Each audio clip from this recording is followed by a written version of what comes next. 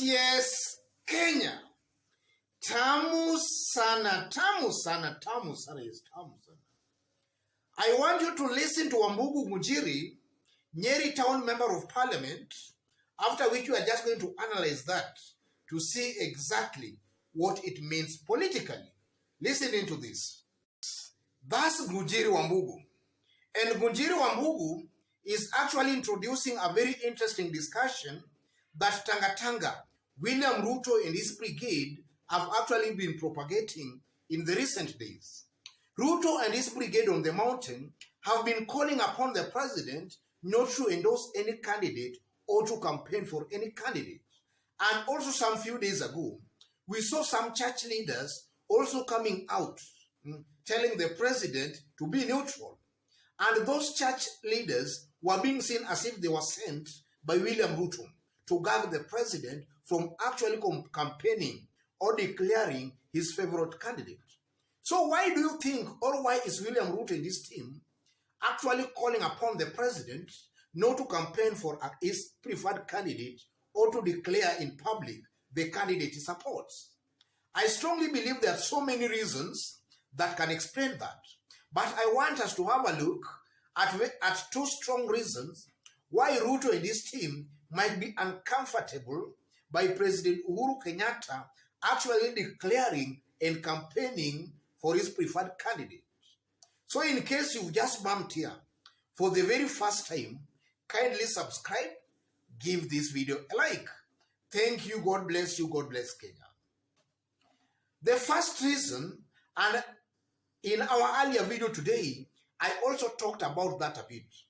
The first reason, William Ruto and his team, at the back of their minds, they know the president still calls some shots on the mountain. And they know the president has some serious sway on the mountain. So if the president will come out to endorse Raila Odinga, a good majority of Mount Kenya residents, who maybe are still even supporting William Ruto up to now, will change their loyalty from William Ruto to Raila Amolo Odinga. So William Ruto and his brigade, they are just cleverly trying to gag the president. And even some church leaders, I think yesterday, were also calling upon the president and his deputy not to exchange words in public. And that was seen as a clever strategy for Uhuru Kenyatta to be gagged. You know, William Ruto has been making some allegations in public against Raila Amolo Odinga and against Uhuru Kenyatta.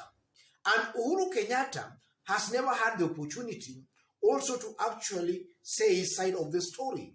So largely what William Ruto has been saying in public has always been taken as the solid truth. So now that the president wants also to explain his side of the story, William Ruto and these church leaders are actually panicking. They know that in the event Uhuru Kenyatta will explain himself to his people on the mountain, then his people might just change their mind from William Ruto to Raila Amolo Odinga. So they are just cleverly trying to gag the president. And also on top of that point, William Ruto and his team, they know for sure that Uhuru Kenyatta is still a very respected leader on the mountain. And William Ruto and his team, they know that the support they are largely enjoying on the mountain is, they are enjoying that support because of Uhuru Kenyatta. It's Uhuru Kenyatta who actually showed William Ruto to the mountain. Uhuru Kenyatta campaigned for William Ruto on the mountain. And Uhuru Kenyatta has never gone back to the mountain to actually decampaign that, to show his people the alternative candidates. So in the event Uhuru now goes to the mountain to show an alternative candidate, then most definitely William Ruto will be history on the mountain. That's what these people are afraid of. That's what William Ruto and his foot soldiers are actually afraid of. And then the second point, since 2018, William Ruto has been aggressively campaigning on the mountain. And largely what the message William Ruto has been selling on the mountain, if you look at it objectively, without taking sides, largely it has been a propaganda. So Uhuru Kenyatta has never gotten the time to actually go and explain the exact truth to his people.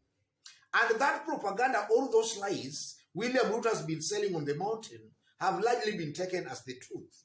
So William Ruto, they fear that if Uhuru Kenyatta was now to explain to his people directly what has been happening, William Ruto and his team will be exposed as liars.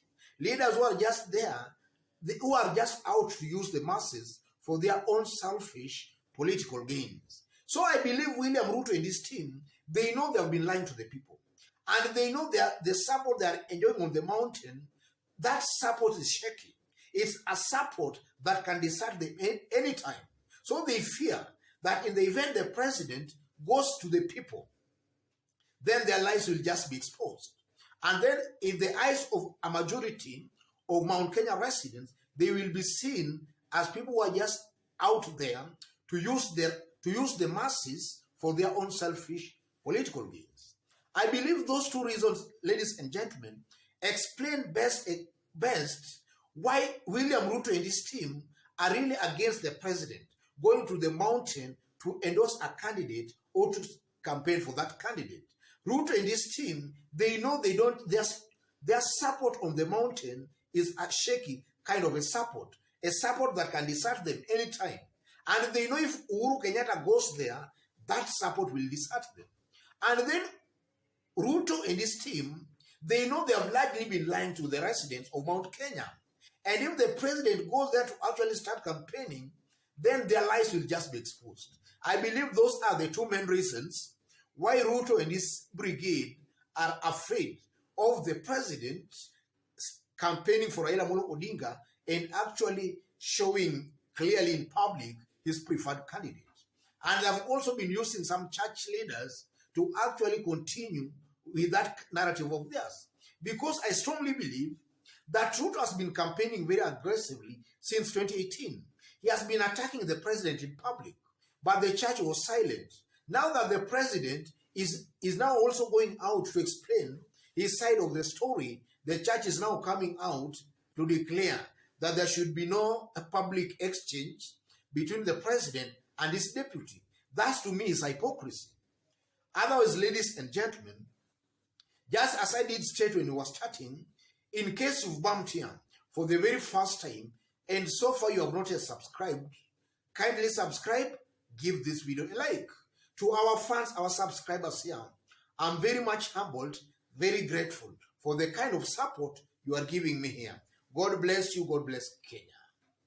Yes, and to any other person again, watching us outside Kenya for the very first time, and so far you have not yet subscribed, subscribe, give this video a like, and most importantly, drop a comment, let us know from which part of the globe you are watching us from. God bless you, God bless Kenya.